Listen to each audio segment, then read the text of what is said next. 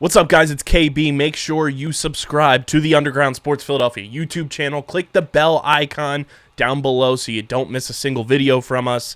And thanks for tuning in to another video from Underground Sports Philadelphia. Now let's get into it. Philadelphia, baby, you're gonna love it. Best sports fans in the world. Actually, the worst, but that's what makes them the best. We're recording. Fun times. Fun times. Hello, everyone. Alright. Hello, everyone. Welcome to episode number 123 of the Underground Circuit. My name is Owen. That is my sister, Casey. Hello. Thank you for joining us today. We have a very busy episode, actually, today to kind of Very busy. talk about.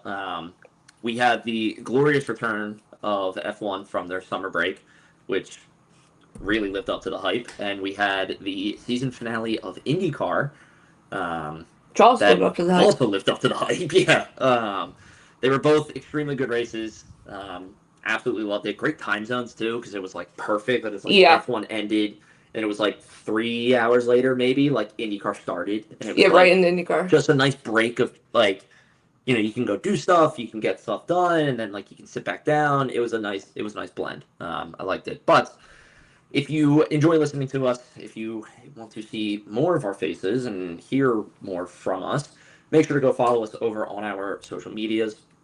It is at Underground Circuit _ for Instagram and Threads. It is UG Circuit Pod for X or Twitter, whatever you want to call it. And then finally on TikTok, it is Underground _ Circuit. It is spelled the same way the name of the show is spelled. We made it easy for you guys. We tried to make it a little bit easier. I think we fixed it so that way if you just look up Underground Circuit, like how it's spelled normally with vowels and all, then you will be able to find us. But as always, we're going to kick it off with Meme of the Week. There are 2 pieces of weekly news, and then we'll jump into our race recaps. Yes. And Pints and Pit Stops. You're right. We do have Pints and Pit Stops, yes. Which is nice. But Meme of the Week, I'll go first. This is my meme courtesy of the Racing Bulls because they did, as the meme says, have an absolute cinematic weekend in Zandvoort.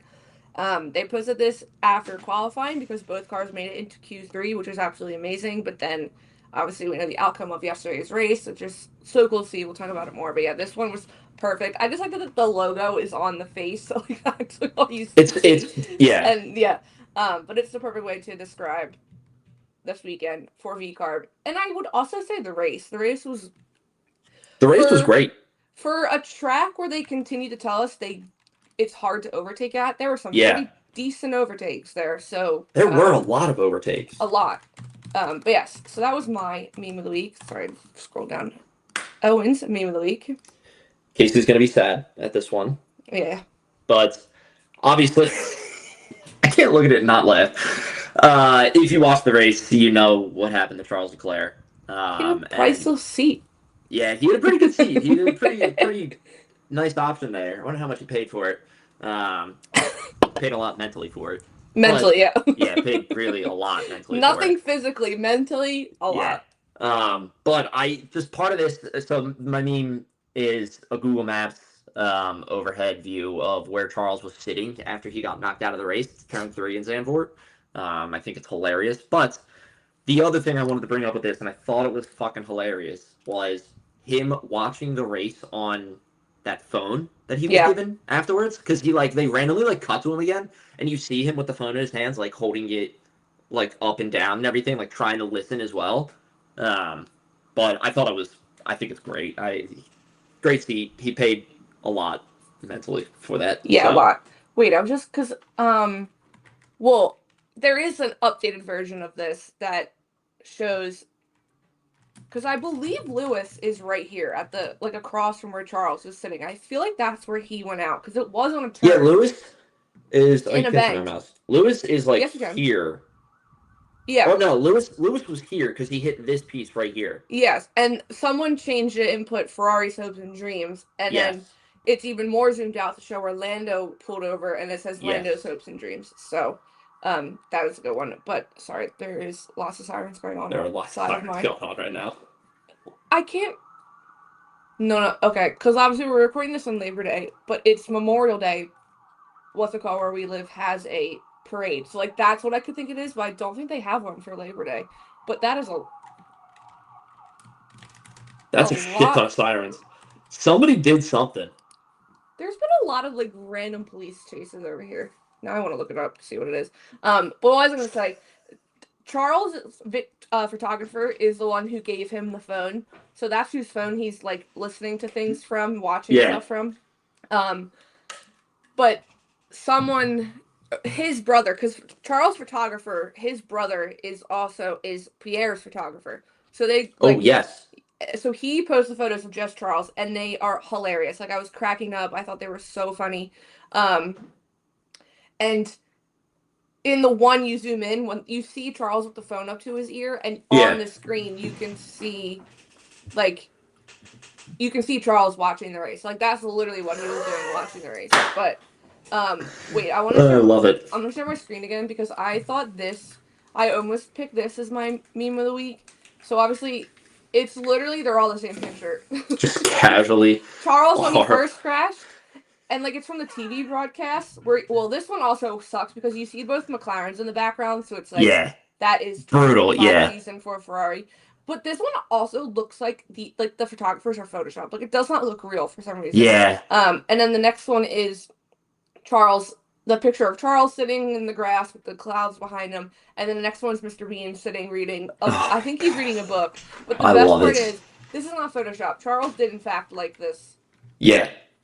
Meme that someone posted. So we love our chronically online Charles Leclerc, and make the best out of it. Self-deprecating memes. So, but yes, there's no better humor than self-insulting humor. Self-deprecating meme. Yeah, there's no better one. But yeah, no, that's all. That was our meme of the week. News time. I have one bit of news. You have one bit of news. Who would like to go first? I can go first. So, IndyCar news. I think we both have IndyCar news. Yes. Colton Herta posted a video. There's been lots of rumors that he's going to leave, and it's so windy. Sorry, and I'm in front of the window, so everything keeps falling off. I'm a mess. There's rumors Colton Herta is going to be leaving IndyCar to come to Formula 2 so he can get the rest of his points that he needs for a super license so he can finally join Formula 1. That's the reason why he's never been able to join Formula 1 because he doesn't have the correct points of for a super license. Because IndyCar doesn't count for some reason. Or no, not IndyCar doesn't count. He just hasn't had enough. Because I think Palou winning the Indy 500, he easily would have been able to now come over to F1, but yesterday was his last race. Colton posted a video pretty soon after the race and basically saying, see you next year, Indy, in 2026. So take it with you on. I'm pretty sure that makes me feel like that he's saying, yeah, the rumors are null and void. Like, I'm staying. I don't know why. I can't see why he wouldn't want to stay. I feel like he's in a good spot with Andretti. His dad works at Andretti. Like, I feel like he's in a good position. But yeah, that was my... Yeah, I think that's definitely a let me shut these rumors down kind of thing. I think, Colton seems like he loves IndyCar. He doesn't really want to go anywhere. Yeah. And he's just like, yep, this is what I'm going to do. I'm staying here. Put these rumors to rest. There you go. Yeah. Yeah. Yeah. Okay, what was your news? My piece of IndyCar news. Yesterday, obviously, like we said, last race of the season, along with just, Alex Blow winning the championship and everything, another award that's given out at the end of the year is the 2025 Rookie of the Year award. And this year, it was down to two people. It was the battle was Louis Foster, Robert Schwartzman. Yesterday, it was crowned to Louis Foster. That's pretty much the news that I have. Obviously, if you watched a bit of the race, you'll know. Louis Foster played a part in it. Yeah, which we can get into. We can kind of use this as just like segue into IndyCar stuff. Well, we have pints and pit stops. We do have pints and pit stops, but yeah. So Louis Foster wins 2025 Rookie of the Year. He is your IndyCar Rookie of the Year. So that was my news. You know what I like that they obviously we've known Alex Palou is going to be the champ for a few weeks now. I like that they wait and give the trophy at the last race of the season. It is cool. I can appreciate that. Yeah, you know? I like it because it doesn't like overshadow. Like, yes, he won that race that he won, but like it doesn't overshadow like the other stuff. Like it has its own separate thing. They give him the trophy. Like, Right. That trophy's humongous. Yeah.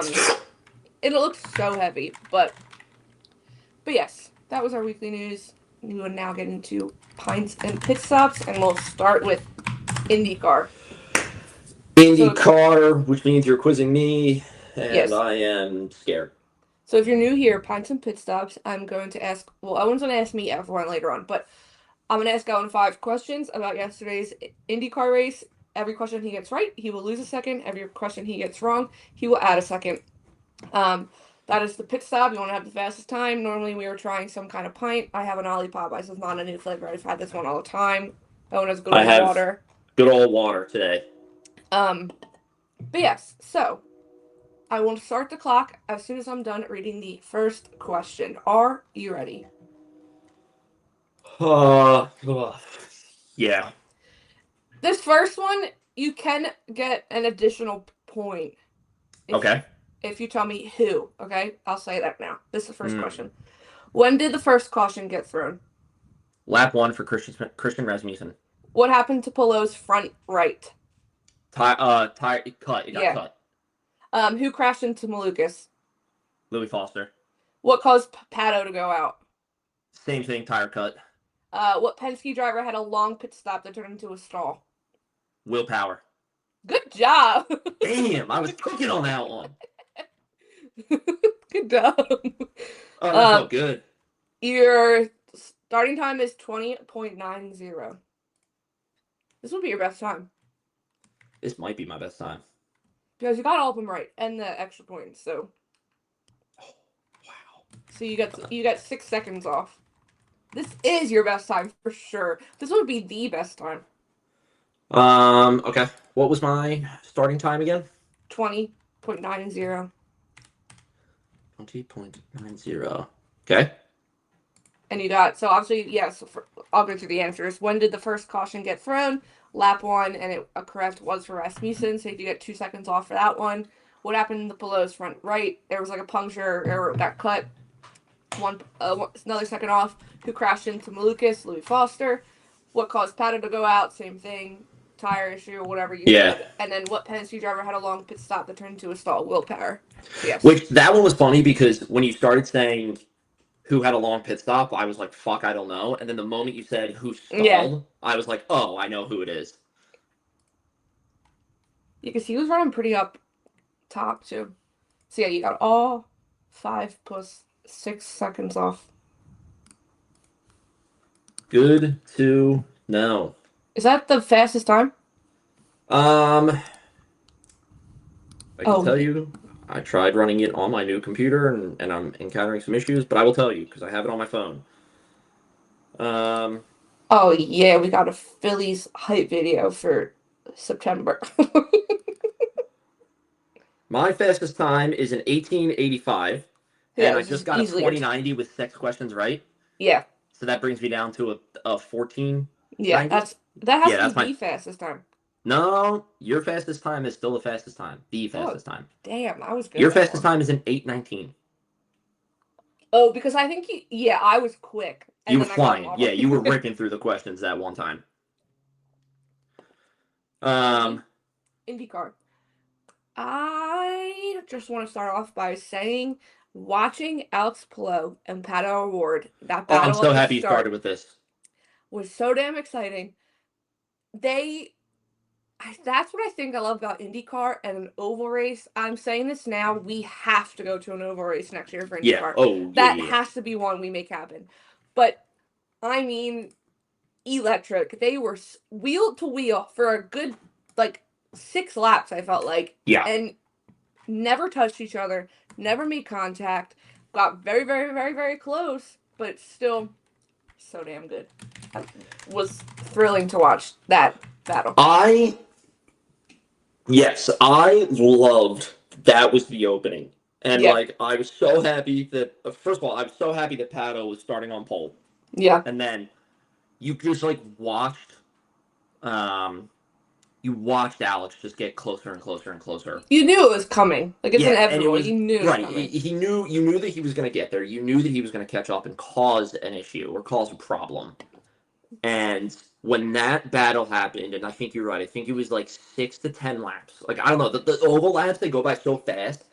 Yeah, it was after the restart from the caution with Rasmussen, yes. and then like it lasted for a while. It was a good bit, and I just sat there staring at my TV screen, just being like, because like, what a start to the race! Amazed. Like they hooked you right away from the beginning, and then didn't disappoint for the rest of the race. And like I loved Pelot's like tenacity with it, because like you would see he would come on the outside and like try to pass, couldn't do it, and then would tuck back in, get the draft again, and then like try to swing it again. Yeah. And I'm like, oh yeah, I'm like, you are trying for that. You know what I'd love to watch? Well, I would have loved to watch from their driver camps, because like they always say Pato's fast hands, like the way he moves. Like I would have loved to see like they did side by side with the two of them, because it was technically so clean wheel to wheel racing that we got from the two of them. I feel like anyone else, like other drivers, the crash would have been in like 2 seconds, but it was just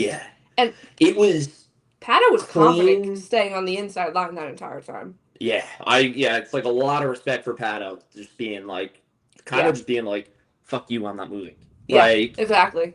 You know, and it was like such a great start to the race, and literally just like I love like Will, James, Townsend, Bell, like all of them loved it too. You can just hear it, because they're all just like, and here he goes again, like trying to go around, and I was like, this is awesome. It was such a good long stretch of a battle to start the race. It was an absolute blast to watch. I think it's the perfect showing of why they're 1 and 2 in the standings. Like why they finished first and second. Like that was, they are two of the best on the entire grid, and it's so good. I was really impressed. We could actually probably title this episode "McLaren Rollercoaster of Emotions," because both McLaren both sucked. We started off so strong and then just died throughout both races. But go right into the other McLaren while we're talking about it. Christian Lundgaard, he was running well and then just couldn't. I didn't realize that by the end, by the time he stopped, because when I watched the replay this morning, by the time he stopped, they said he was already like a few laps down. So I think he was having issues the entire time, and then they finally just like, I think by the time he stopped, he was like 4 laps behind. When they cut to him in the recap, they had said like he's been sitting on pit wall for like a while now. Yeah. I never heard. Do we know why? What happened? Let me see. I never heard like an official thing as to why. I mean, I didn't even know he was out of the race until you told me later that night. But like, he was running well. He was doing fine. And then all of a sudden it was just like, well, I'm out of the race. Sorry. Like. Yeah, let me see. No, he didn't post like what happened to him in like a post-race tweet. I'm trying to see if our McLaren posted anything. Right. No, I mean, definitely, I don't know, I guess kind of sticking with McLaren, the beginning of the race to then what happened to Pato was heartbreaking. Very tough. And I have a bone to pick about this, but it's not racing related. So I don't know if there's anything you want to say first before I do my little rant here. I'm trying to think of what else. I also have kind of a bone to pick. It's about the cars yesterday. Oh, okay. Mine's with the broadcast. Okay, no, this is about the cars. I don't know who decided to let all 3 Penske drivers to have red and white, because it was very confusing to know. Yes. Even Townsend Bell got confused at one point. He had called McLaughlin Newgard, and then he was like, oh, wait, sorry, that's Scott McLaughlin. I think when they announced like what the 3 cars were going to look like at the beginning of the week, I forget if it was Will or Townsend or what's it called, James being like, if we get cars wrong all the time, we should play a drinking game because we're down to get one of those wrong because they look exactly alike. Yeah, it was very confusing to figure out who was who, but that's my bone pick. What's your bone pick? My bone to pick with the broadcast. Listen, I'm used to it from golf. I can appreciate that these races, especially a 225 lap race, is a long broadcast. Yes. I can understand that.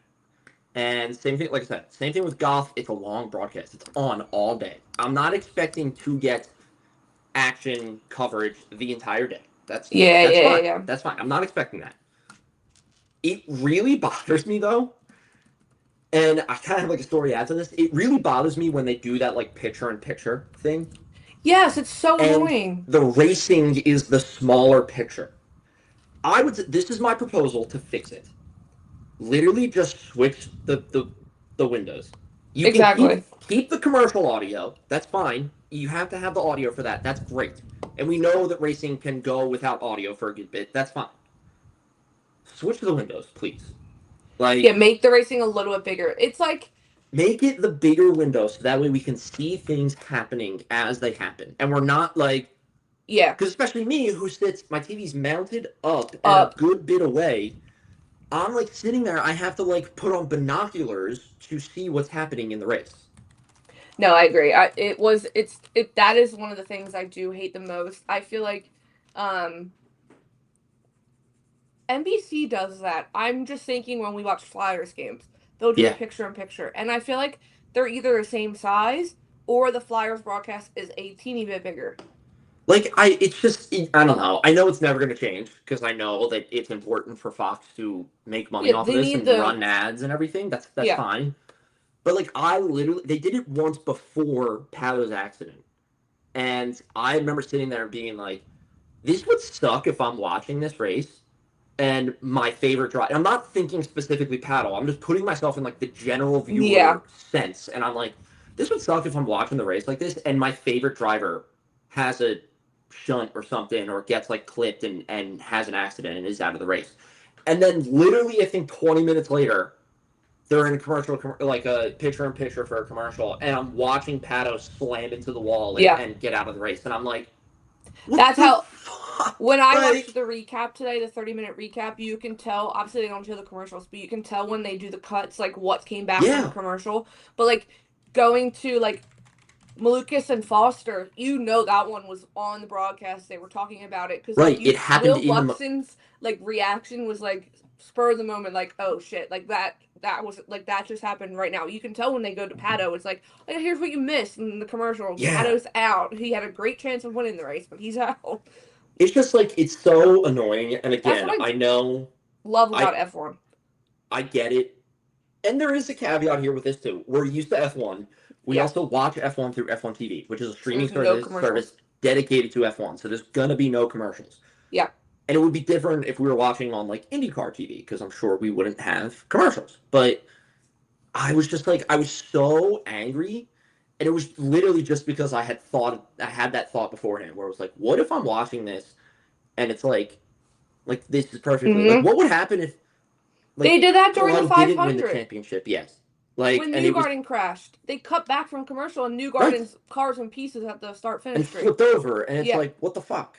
So that's just my bone to pick. Again, I understand there's different like caveats to it and everything, and I know it's never going to change, but I was just like, come on, because I literally was just like, what happens if my favorite driver just like crashes? No, could you imagine if like that was us watching Zandvoort yesterday? Like they go to a commercial and they come back. Charles is sitting in the dune. Be like, what the fuck? What the hell happened? Yeah, I'd be pissed. Yeah, no, that is it is. That's my bone to pick. That's all. The broadcast is not my fave. That doesn't take away from the broadcast team. I love the broadcast team, and I'll say this now before we continue talking about it. We talked about it before. Will Buxton is a freaking gem in the IndyCar booth. Yeah. I love listening to him. He's the perfect fit. He fit in so well, and he's settled in very well, I think, also to say. I talked about this last week a little bit, but having the quickness of F1 in the morning and then IndyCar in the day afterwards really made me like hone in on it. I think it's the funniest fucking thing when the IndyCar team broadcast yells and they scream because of something because they happening. scream. Right. And like with what happened with Charles in Zandvoort, like Alex Jakes yells. Like he is like, "Oh, Charles is out of the race," but he's always talking through it. No, the IndyCar team will cut to even if they're watching it live, like Louis Foster and David Malukas, like they were watching that battle live. And it wasn't like a sudden cut, it wasn't like a jump to it or anything. They're watching it and their first reaction is, "Oh," and I'm like, it's just fucking hilarious. I love it. I crack up when they scream. So good. I think you said it last week. I need someone just to do like a montage of them and their screams throughout the whole season. Oh my god, it'd be so good. You could make a whole perfectly cut screens video built off of just the 2025 season. Yeah. But like it's something, I think it's so funny, and it's something kind of to your point, like the broadcast team this year was just absolutely phenomenal. Yeah, they're so good. You know what I also love? The pit lane crew. The way they throw it to each other is so quick, but so good. Seamless. But yeah, I do love the IndyCar broadcast crew. I'm crossing my fingers. Now that IndyCar is over, we know what happens. We see Hinchcliffe a lot in F1 once IndyCar ends. Well, Hinchcliffe is coming. He's driving a car during one race. I did know that. You're right. Yes. Yeah, he's coming back. I know Will coming back. Is Will coming back too? That's what. Yeah. Is it going to be both of them? Like Hinchcliffe is great. I'd be happy if it was just Hinchcliffe. But is it also going to be Will? Because like it's Will. You know, like. And then the family will be whole. It'll be Will, James, Laura Winters, Lawrence Barretto. Right. That's the solid four right there. Yeah. Alex Jakes, that's the core group. Did you? Sorry, this is again not race related at all. It's more so broadcast related. Did you see the clip of Dave Portnoy in the? No, but I saw people freaking out about it. Ellie texted being like, "Dave Portnoy is losing his mind in the two-seater." He was. You would have thought that somebody chucked him into a war zone. He was screaming that bad. He literally, like, they do an interview before the race, and they're like, "You're driving along in a two-seater today. Like, how excited are you?" And he's straight up. He's like, "Not at all. I'm so scared." And then they cut to him in the pace car, like, starting the race. And it's just, like, it's the two-seater. The camera's right in front of him, so it's just straight up his face. And all you see are his eyes in the thing, and they're like, "Hey, Will," or like, "Hey, Dave, how you doing down there?" And he's like, "Get me out of this thing right now! Oh, this is so scary!" And they're like, "Oh, yeah, like, what's worse, this or Ohio?" And he was like, "This is so much worse. I would rather be stuck in Ohio." Yeah, because he was in Ohio the day before for the football game. It was so good. Like, I'll have to go back and watch it. It was perfect. He was losing his mind. I think he still does the weekly podcast with, what's his name, from Pink Whitney. Not, what's his name on TNT, the other one. I can't think of his name. I'm blanking on their names, too. He still. I know who you're talking about, though. Yeah, he still does the podcast with them. It's like weekly and stuff. So I'm sure he'll talk about it. But I'll have to go back and watch it. You gotta watch it. It's so good. And they brought back freaking Nick from Love Island. He was in another one of the two-seaters, and then he was DJ. And I was like, "What the hell? My worlds are coming together. I can't do this." I was like, Fox is really hitting Nashville. Broadcasting to a younger American audience, huh? Literally, they were trying to rip people in perfectly. Yeah. No, because he's like, he didn't win Love Island, but him and his girlfriend should have won Love Island. And like, But, no. Going back to the race, we mentioned it. Louis Foster and David Malukas. David Malukas did end up being okay. Yes. The crash was pretty decent. I think he came out in favoring something. So they did helicopter him to the closest hospital, but he was fine and okay. But yeah, that was a decent little accident right there on the track. Yeah, I watched that happen live, and my first reaction is that it was Louis' fault. It was Louis Foster's fault. Oh yeah. I don't know. I can understand his point where it's like, I'm not gonna give you this point, but David is like clearly ahead. David is very clearly ahead in the turn, and is trying to come off of the high side of the track, which on ovals, when the race progresses, more rubber gets up onto the high side of the track, making it more dangerous to drive on. But so he was coming in to get away from that, and Louis just wasn't moving, and David was a good half a car length ahead of him. Yeah. So I definitely think it's Louis Foster's fault. I don't think he meant anything hostile about it. I think it was just was last race of the season. He was trying to win Rookie of the Year. Yeah. And he was just I'm going to fight for this position, and it just went poorly. You know, it was a poor judgment call on his. And it sucks for Lucas because he does have such good experience on ovals. They've not been his friend this year, but no, they have not. Maybe they're baptizing him because he's so rumored to take Will Power's seat at Penske. They have not had a good season on ovals this year. So maybe he's just getting out his bad luck now. Just getting it out now. Yeah. Him. Can we talk about, I just love that Nolan Siegel was the only surviving Aaron McLaren car on track. Which I genuinely forgot about. And at one point, I'm watching the recap this morning, and I'm like, there's a spot where it was two cars fighting, but right in front of them was Nolan Siegel. And I was like, oh my God, do all the McLarens get wiped out in this race? I was like, I cannot remember. But I was like, no, he's fine. He's okay. Yeah, he's good. Yeah, no, he survived. What the heck? Who else? Speaking of Will Power, the stall, first of all, that's unfortunate. Because he was running well. Yeah, he was running pretty well. Penske 1, 2, 3. Yeah, and the stall is tough, but I gotta laugh at Joseph Newgarden in the after the race is over, because Joseph wins. He's in the interview. Mm-hmm.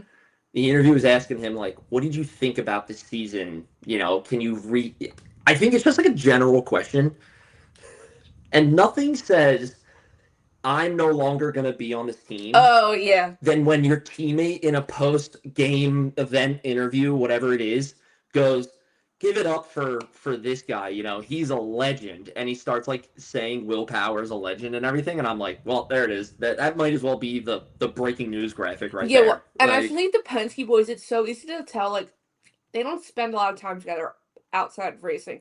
I don't think they really probably get along, which is wild. They're all, dads with young kids, so I feel like they would be able to connect. Well, we all know Newgarden and McLaughlin used to be. I mean, they're the Bus Bros for a reason, and then that broke up. Whatever falling out happened there. It was Newgarden. I knew it was Newgarden, but still. It was Newgarden. But say what you want about Joseph Newgarden. I know he gets a lot of hate. I do love Joseph. I do like Joseph Newgarden. I think he's a good guy. He does a lot of good. The way whenever he wins, especially in an oval, the way his first immediate reaction is to jump out and go to the fans is so cool. I don't know why I think it's very cool. Yeah. He failed on the donuts. He could not do the donuts. No, his car fucked up, didn't it? He tried to do them and he just couldn't do them. I was like, Newgarden, stop. This is embarrassing for you. I love, listen, same thing. Say what you want about Joseph Newgarden. I understand he can come off as a very cocky, egotistical guy, and people don't like that. That's totally understandable. But there's something just always about watching an athlete win in their hometown that, tugs at least, my heartstrings, where I'm just that's cool. You know, I always forget that's his dream hometown that they race. realize, you know, and it's I just won in my hometown. No, I do. And then he yelled something for the pigs, but they panned to his son real quick, so it must be some inside joke or whatever, for him and his son. But I gotta say, coolest shot of the whole race. Alex Palou, donuts in the grass, holding up the 4. Yeah, that was good. Looked good. Looked awesome. That was good. I was like, that is great. And kind of going back to what you said earlier. That's Max when he puts up the number 1 in that one picture.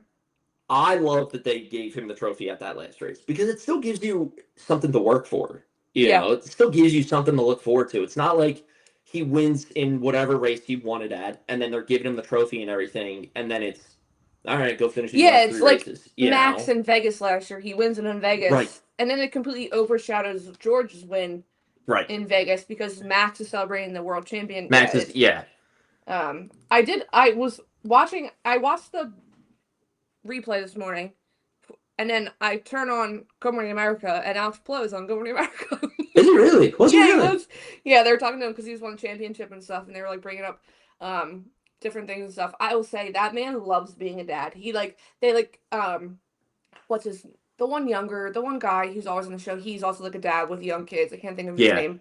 He like says something about like, oh, your daughter, and he just lights up the so smile much. on his face. Yeah. And he's like, yeah, I'm just ready, like, just go home, spend a lot of time with my daughter and stuff, my wife and everything. But he's like, I'll go back to Spain for Christmas. He said, he's like, yeah, I'll do 24 hours of Daytona and stuff. And he goes, but then IndyCar will start up. So right. But yes, I'm trying to think. I'm looking at the. But yeah, we now have. Oh well, Rasmussen. I did feel bad for Rasmussen because literally it was like two corners, and then he just got caught in dirty air and crashed out. The high of last week. Another thing I thought of, similar battle to Palou and Pato in the start of the race. We had a great battle between Kiffin Simpson. And Joseph Newgarden at the end of the race. I think it was Newgarden. Either Newgarden or McLaughlin. I can't remember. It was McLaughlin because it was 4-3. Yes. That was great, too, because that was the same thing. It was like good, like 4 or 5 laps of them side-by-side racing, just pushing. And I was like upset because the leaderboard graphic doesn't update at first. And like McLaughlin gets it. McLaughlin finishes 3rd in the race, but it still says Simpson 3rd, like on the leaderboard.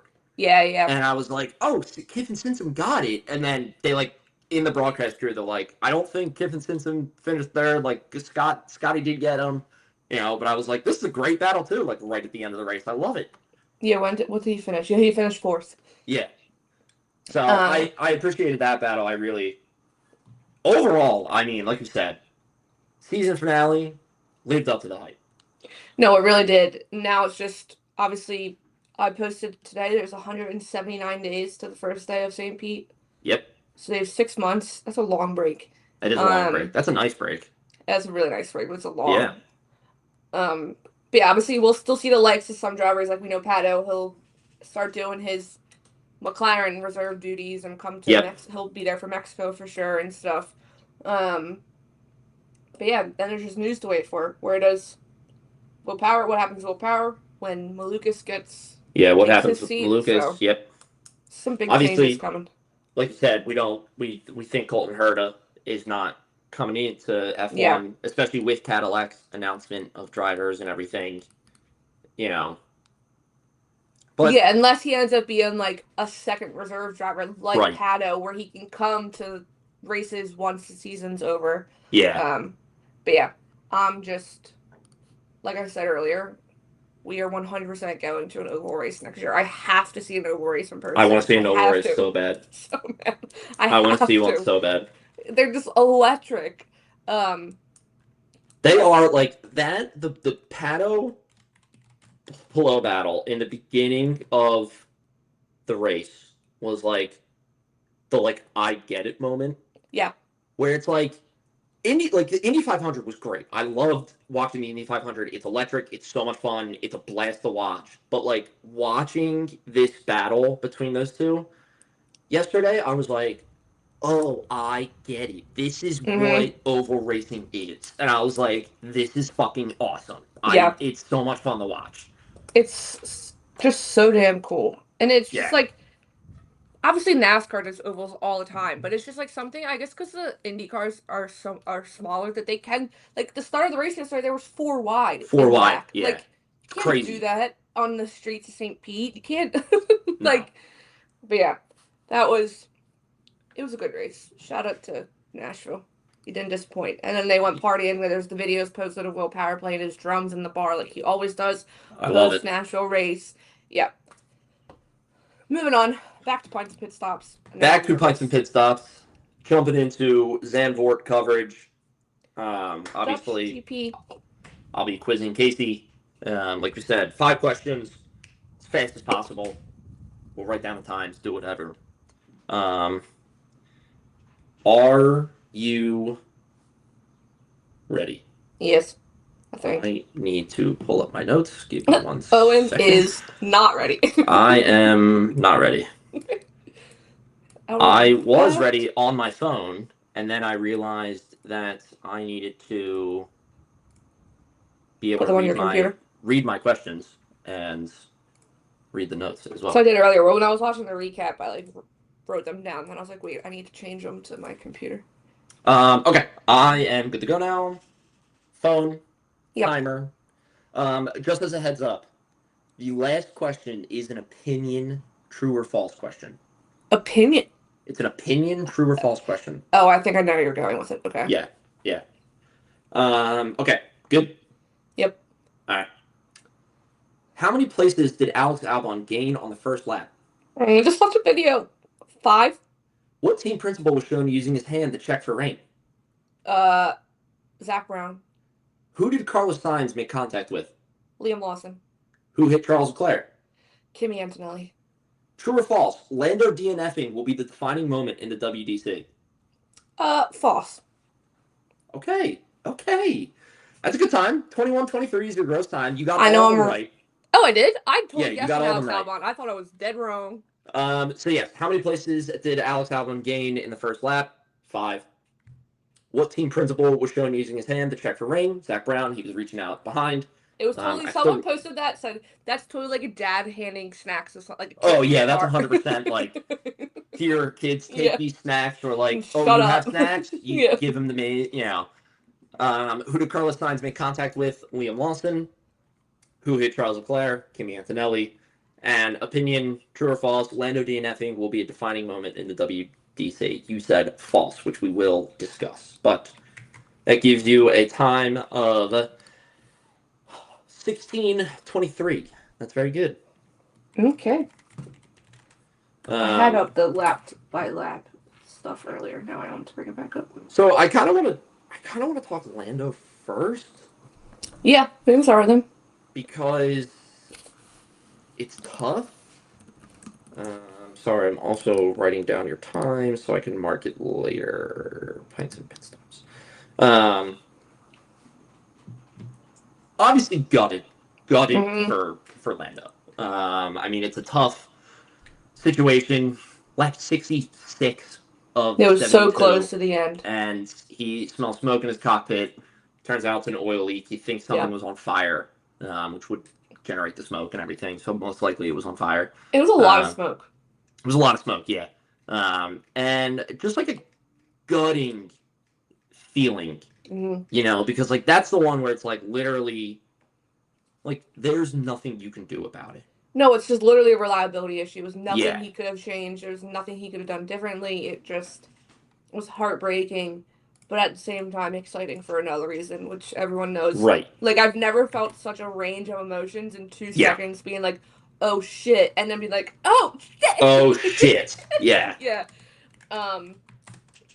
Yeah, but going back to your pints and piss up question, I do not think, what is he, 35 points? Yeah, something like that. Oscar's ahead of Lando. I don't think it's the defining moment. I was talking to our good friend Frey about this, and I said this to you. The way Lando fans are reacting, though, they never would have survived being a Charles fan in 2022 when reliability issues struck literally every lap of every single day of the race that season, and shit strategies and all that stuff. Like we said, it's nothing he could do. There's 9 races left, sprints in there as well. There's plenty of chances, and if Lando just had a reliability issue, that's not saying Oscar is also maybe going to have reliability issues. That's fair. In the end. That's a good point. Yes. Unless they take precautions because they see what happened to Lando and we're like, oh, okay. Because obviously Monza is a fast track. It's where a lot of people change their power units, take the penalties, so because it's a place where you can overtake. So is this both the races where they both say we can overtake people super quick going back? But I don't. It's not the defining moment. It's not France 2022 of Charles when he's in the barriers screaming no. Like that was Charles has said that was his defining moment. Like he knew it was out of the question after that. Right. But yeah, no, it was heartbreaking because he was on it all damn weekend. Yes, he was. So yeah, he was on it all weekend. I mean, Oscar came out of nowhere with that qualifying lap, and I know.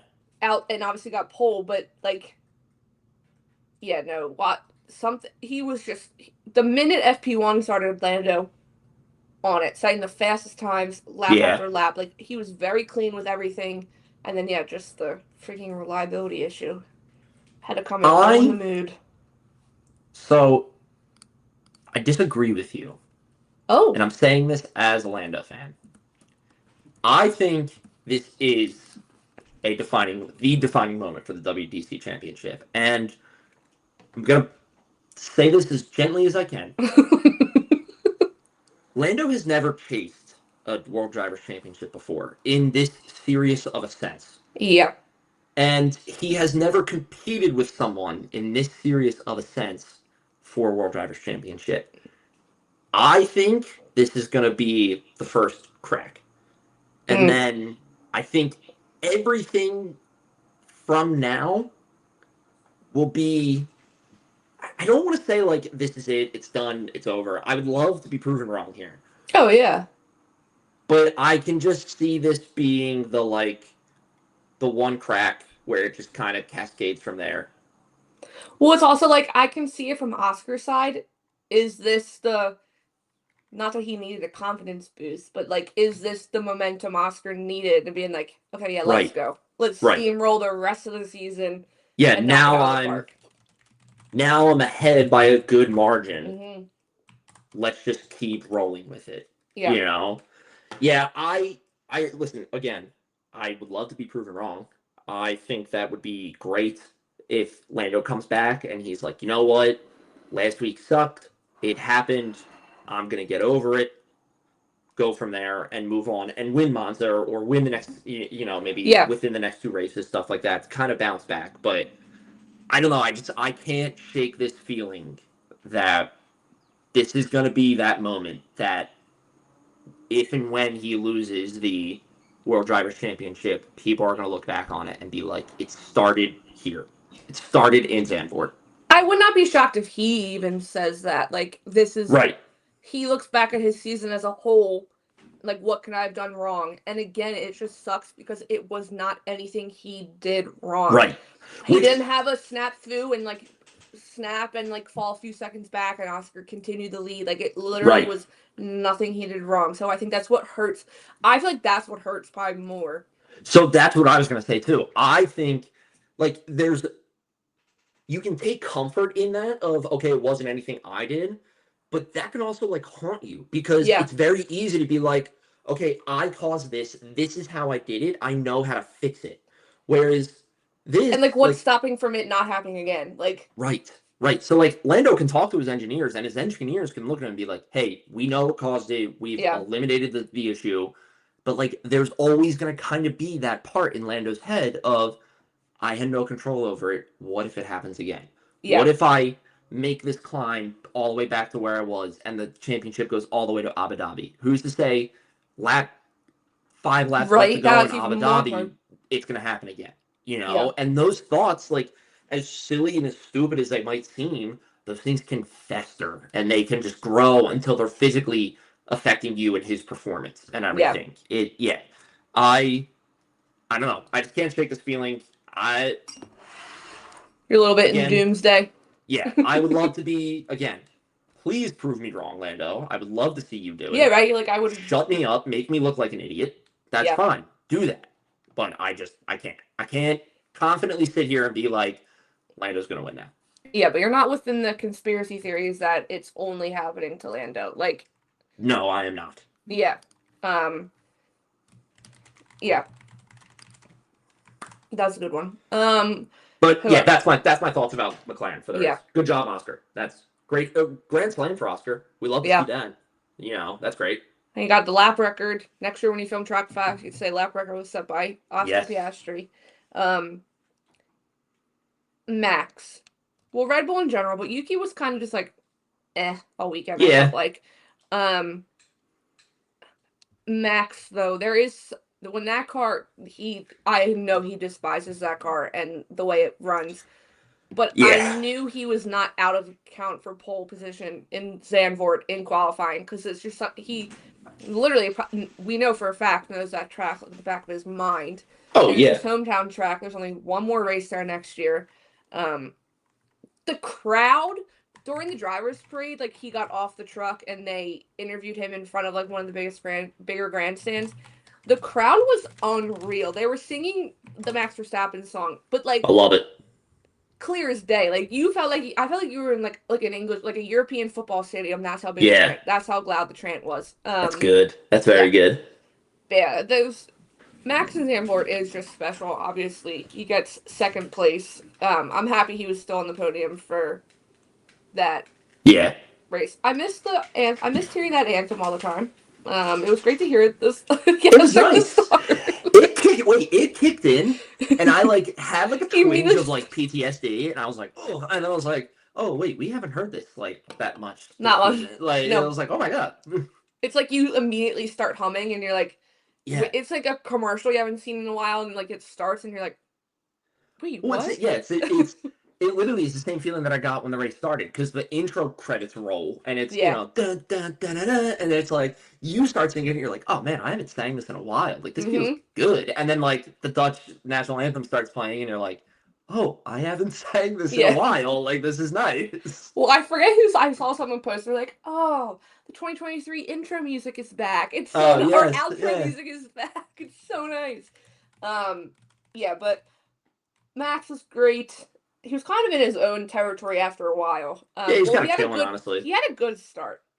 He had a great start. He had a crazy start. I thought he had an awesome start. Slide off. Yeah, he really put the soft tires to work. At the minute I saw he was on soft tires, I was like, oh shit, he means business. The moment that I saw that graphic come up, and just combined with what we know about Lando and his starts, I was like, Max is getting him off the start. I'm like, there's just no way he's not. You know? Max cleared Lando literally at the start, and then he just obviously got by Oscar, but literally almost ran off because of that. I think he said it was the sand or the dust at that moment. Yeah, there was some dust that screwed him up, but he saved it. I mean, he saved it. He went tight in the 3, but then he joined back on the racing line and was fine. Like, Lando had no opportunity to overtake him after that. Like, wait, I'm sorry, he never overtook Oscar? What the hell? What kind of race was I watching? What the fuck were you watching? Oscar never gave up the lead. No, Oscar had the lead the whole time. Yeah. Yeah, Max was kind of just chilling. I think... Don't talk about him yet. We'll talk about him in a second.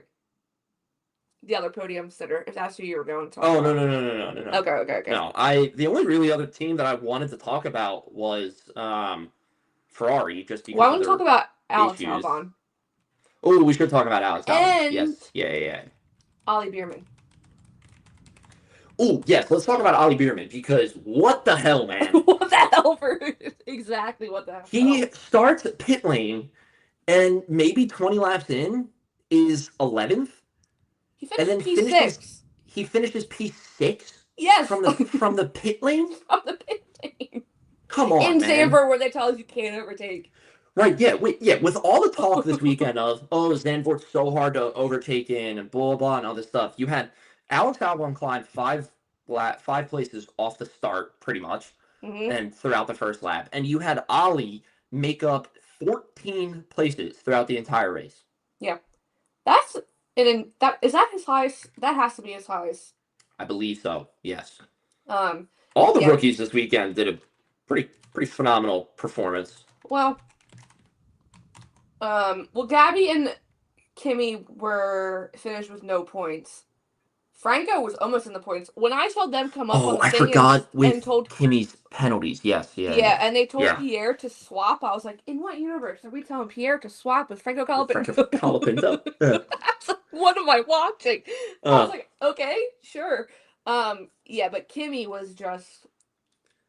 Kimmy, I mean, when you look at the top 10, you obviously have McLaren, Red Bull, Racing Bulls, Mercedes, Williams, Haas, Aston Martin, that many teams. It was just it was a clusterfuck, this race. Yeah. This boils down to it being a clusterfuck. Yeah, I mean, it was the perfect race back. It was every inch of chaos. Yeah. Get a little bit of rain, throw in there, take someone out, and then just disappear. Yeah. It was a good race. But yes, Alex and Ollie, if Isaac Hadjar was not third, I was debating between Ollie and Alex who I would have voted for driver of the day because they both had insane races. Yeah, I think I agree with that. I think if Isaac wasn't where he was, they clearly would have won it. Yeah, I mean, great race, great. I mean, the whole thing. I kind of want to go into this now just because we brought him up. The whole thing with Kimi and Charles. Yeah, so we can go into Ferrari now. Yeah, or Ferrari versus Mercedes because it was. Well, so first of all, Kimi versus Charles was just straight up rookie mistake. Yeah, that's what I went in said. just a little too fast not on the racing line. I think he was expecting the bank of the turn to help him more than it did, and he just unfortunately clips Charles, and it's enough that it tosses Charles to the side and right into the wall. Which is, it sucks to see, but again, there was nothing. Charles didn't come over the radio and he was like, "Yo, fuck that kid." Yeah. That was so dirty what he did. It was just straight up, I think, a rookie mistake. I guarantee you, Kimi never goes that deep into that turn again when another car is there. He learned from his mistakes. I saw that he went right to the garage afterwards. Charles was not there to apologize, but he apologized to Fred and stuff. Like, it wasn't meant with malicious intent. Now Liam and Carlos, I can tell you that because Carlos did have an appropriate reaction. Truly, that penalty was way too harsh. I will say this for a fact. Way too harsh for him. FIA they're idiots. So Carlos had some pretty damning quotes. Post race, he had damning quotes about Liam. Like, he was like, "We've seen him do that before." Yeah. And like all this stuff, and then he said later on that he went to talk to the FIA. He goes, "They always say it's an open door policy. It's open. We can go. We can talk about their decisions and all this stuff." He goes, "They flat out told me no, they didn't want to talk to me at the moment." So they made it even. He was fuming. I would love to have been a fly on the wall on that plane ride home between him and Charles because it was definitely a bitch fest. But yeah, that you have that, which Carlos is dead on. We've seen Liam do that time and time again. Yeah, Liam not really take responsibility for it. Yeah. Did he say anything? I didn't see anything from. Did he get asked about it? I don't think I saw anything post race for him. I'm sure he got asked about it. I saw Alex post race because Alex was right behind, so his onboard was the perfect. Showed everything very clearly. Yeah. And even Alex was like, "It's ridiculous." Like, Alex was supporting Carlos, like, very hardcore. But yeah, no, it was. Yeah, Liam. Too much. Liam definitely, I think, the penalty on Carlos was very harsh, and his radio finding out was hilarious. Oh, his radio was great. I could literally picture him in the car being like I could see his face being like, "Who?" But yeah, I mean, I think Liam has gotten a little bit more mature as he's become a full-time driver, but he still has those moments where it's like he's kind of driving angry and it doesn't end well. The whole thing with him flipping off Checo last year, like, it's like one of those moments too where it's like, dude, like, come on, like, just be a little bit more mature. The whole situation would go over for you perfectly. Yeah. Going back to Ferrari, well, Charles versus Mercedes, because that's where the battle was the entire time. Yeah, really. Because then you have Charles and George, and I mean, yes, I'm a Charles fan. Everyone knows that, but and it was agreed upon. He didn't need there was no reason that he needed to investigate that potential penalty after the race. It could have been a one and done. It was clear. You watch the replay, his tires aren't on the other side of the white line. He's not fully off the track. Charles being dead on, being like he can't complain, because we all knew George was going to be on the radio complaining 2 seconds later, and he was. But yeah, I mean, DC was speechless at that Charles overtake. He loved every second of it.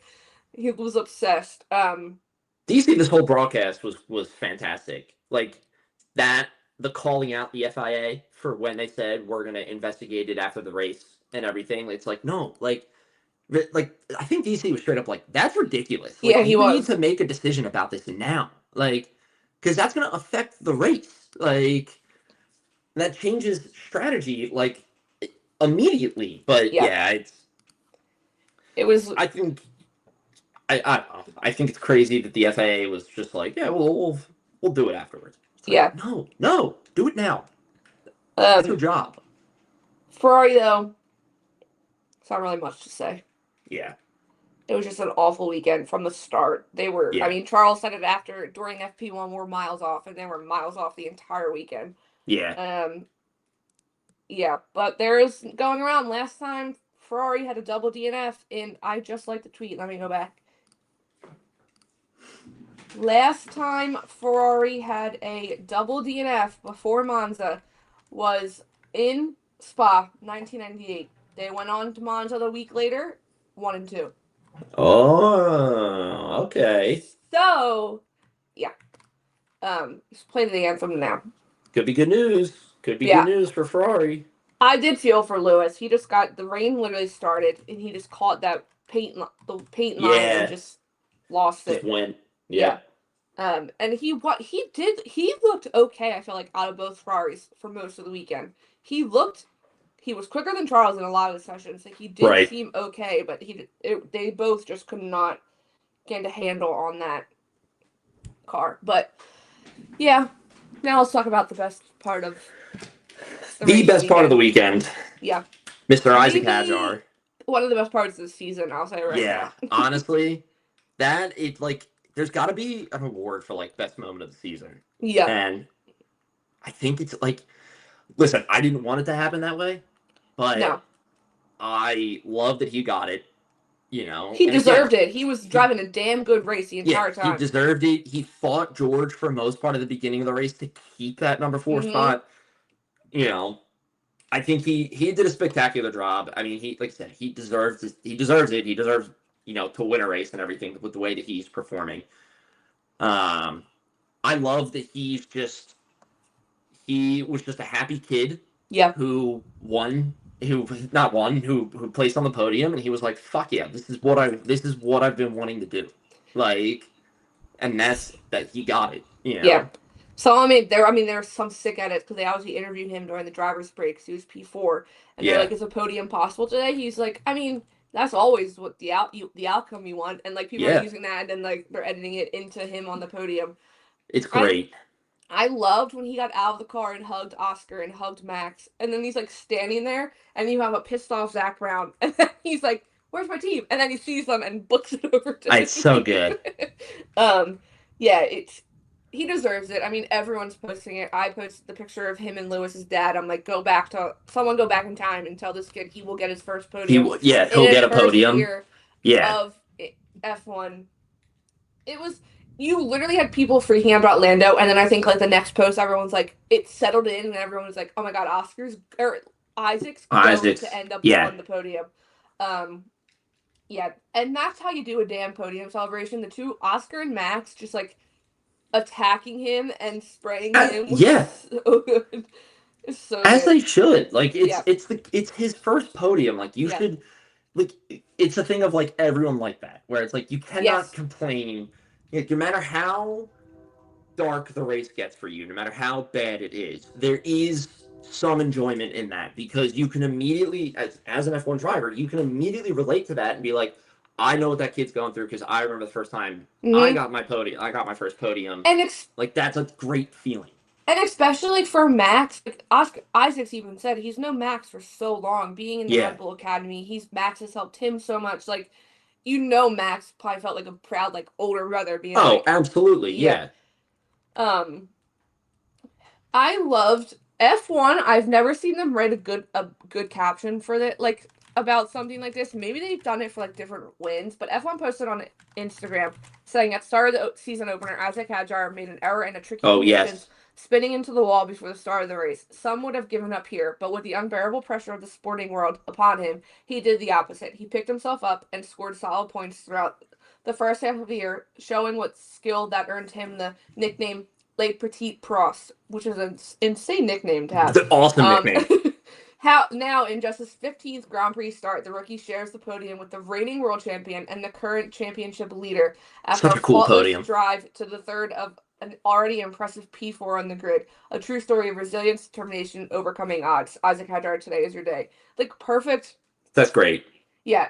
I think I've said this before. I think I said it last year when Charles won Monaco. Lando winning his first win, Kimi on the podium. Like, watching him on the podium, you're literally seeing a childhood dream come true. Yeah, you're literally right. You're watching. Like, it is not the 27, however old Isaac Hadjar is, occupying that podium. That is the 6-year-old that has just raced his first go-kart race. Yeah. Has fallen in love with the sport and is like, I want to do this for my life, and I want these goals and dreams to come true. And I mean, you're watching that happen in real time, and there's something, like, when you make that realization, again, this is why, like, no matter how bad a race gets for you, if you see something like this happen, like, that is, you're literally watching dreams come true in real time. And having that realization in the moment is, like, something so special and just, like, unique. And you're just like, that's such a good feeling, you know? I also love that the last podium sitter for VCarb or AlphaTauri was Pierre. So it, like, went from a Frenchman to a Frenchman. The two, like, the most recent podium to the last podium that they had. Yeah, that's good. Yeah. I was trying to see, because he has to be in contention for Rookie of the Year. I don't know if they go off of points, because Kimi is ahead of him with 64 points and he is 37, but there's just been a lot of, like, wow moments, I feel like, with Isaac compared to Kimi. There's been a few more. It's tough, because I think we talked about this recently too. Like, Kimi, I think, has had a lot of splashy kind of big moments and everything, and is living up to the hype. But, like, so has Isaac, and I think Isaac has that thing, though, underneath of him, where it's like, I have these big splashy moments, but I also have the performance and the consistency of, like, doing well. And I'm not saying Kimi's a bad driver, but especially after this race, I would still say my pick for Rookie of the Year is definitely Isaac Hadjar. No, I 100% 100% think that's my pick. VCarb also predicted the future, because they had they posted a video where they made Isaac and Dorian Pin sign a photo of them when they were younger, because they grew up in the karting world together and stuff. They're, like, I think around the same age. And they predict the future, because Dorian got third in the F1 Academy race yesterday, and then Isaac got third in yesterday's race. I love it. But yeah, I don't think I have anything else to add about the I don't. Just race. Insanely happy for Isaac Hadjar. I think it's awesome to see. He deserves it. One thing I do want to mention, it's not F1. It's not about the F1 race. It's about the F1 Academy race, the first race. Well, one, you have Leah Block get a podium, her first podium in F1 Academy, and I think she posted from rally car win to F1 Academy podium, so she's had a great, like, few weeks. Good for her. Yeah, so that's great to see. And obviously, like, they showed her mom hugging, and obviously everyone knows the story with her dad, and how he was a racer and no longer here. Nina Gateman, she's the Alpine driver for F1 Academy. She got a win on the first F1 Academy race. Insane. It was her birthday, hometown race, was declared unfit in FP2, goes on and wins, because she had a bad crash a few weeks ago. I think she's the one that she, like, bruised a rib or something. She had a very nasty crash a few weeks ago for F1 Academy.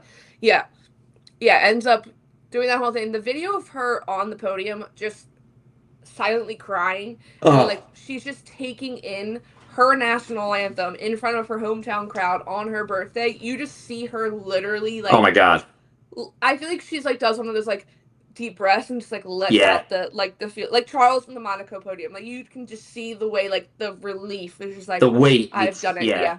It's over now. I've done it. Yeah.